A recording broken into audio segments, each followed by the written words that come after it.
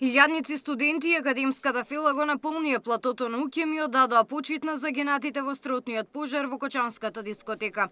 Студентите палеа свеќи, положуваат свеќиња за сите прерано згаснати животи во фаталниот пожар. Поставени беа и кутии за донации кои подоцна преку Црвениот крст ќе бидат предадени на настраданите и засегнатите во големата трагедија. Пред обраќањето на надлежните со 7-минутен молк присутните им оддадоа почит на настраданите.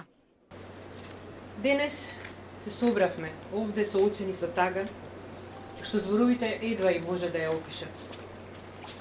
Загубата на млади животи е трагедија без смерка, рана што никогаш целосно не заздравува.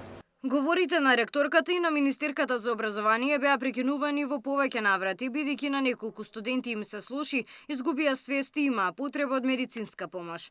Повеќе амбулантни возила се протнаа низ толпата студенти за да им помогнат. Направете пат, дечки! Направете пат да поминат медицинските екипи.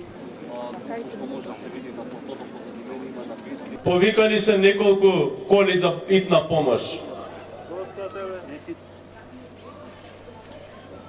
Ве молам, смирете се. Говорот на министерката беше прекинат и со извикување од присутните, но откако студентскиот лидер ги повика студентите дека ова не е протест, туку собир за да се оддаде почит на загинатите во дискотеката, ситуацијата се смири.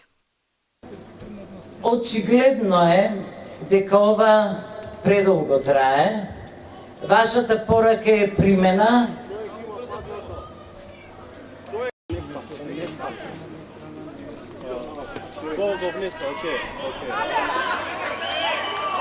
Ве молам за тишина, ве молам. Ова е мирен собир и треба да искажеме почит према жртвите. Ве молам за тишина, собирот е за да се искаже почит, а не да се протестира. Отворена беше и книга на жалост. Габриела Лескова, Сител телевизија.